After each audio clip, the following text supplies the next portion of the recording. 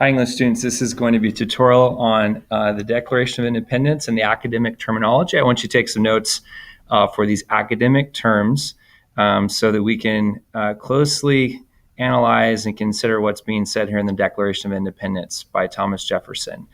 Accepted on July 4th, 1776. It has four main sections we're just going to look at closely, and it has, of course, some very, very important text for us to consider. I want you to write down what some of these terms mean as we look closely in the text. You're going to have questions on this, but I also want you to know what these are and make comments about things like, for example, style, tone, and syntax.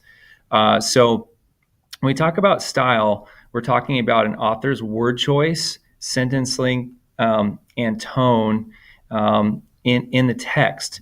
So when you look at the text, style is going to be referring things like this, like whether or not the text is academic or it's businesslike, or if it's cultured, is it formal or informal? I want you to make some notes as what you notice about the Declaration of Independence. Is it more formal or informal? Is it academic?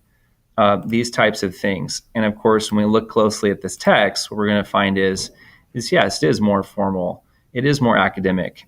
The other thing I want you to look for is the author's tone or the author's attitude about the subject. What sort of attitude does Thomas Jefferson have about the subject? And does his tone change throughout this? Does he have a more angered tone? Or does he have a more subtle tone throughout the text?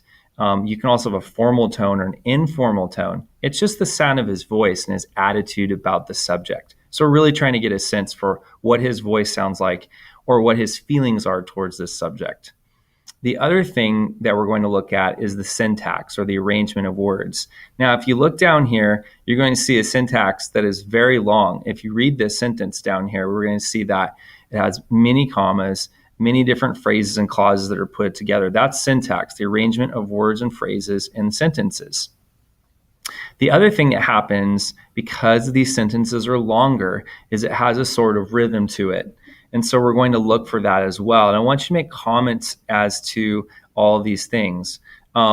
These phrases right here that are underlined weren't necessarily needed when he wrote it, but it adds weight to what the colonists are about to do. I want you to think this way as you look at this text is, what if he had not put these phrases in instead of saying when in the course of human events, it becomes necessary for one people. What if, for example, he took that out? What if it said when it becomes necessary for one people to dissolve? Or what if he took out the commas? What would have happened to the text? Those are some of the closer things we're going to look at when we consider the power of this document.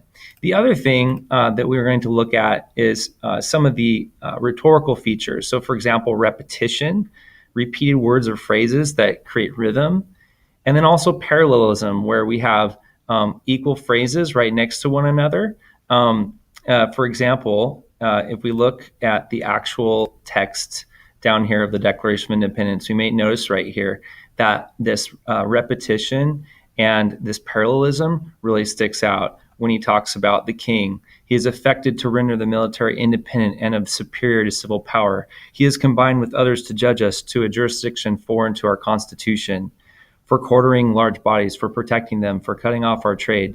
This is an example of what we just talked about. This is an example of what we call repetition and parallelism. And what does that do when he actually repeats those phrases?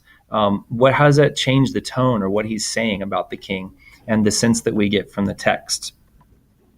When you also read the text, the last thing I want you to do is to get an idea for theme, the main message that the author wants to communicate. So, for example, here's a theme statement that you'd want to fill out. The Declaration of Independence is about what and conveys what. That's it, English students. I hope that helps as we annotate the text.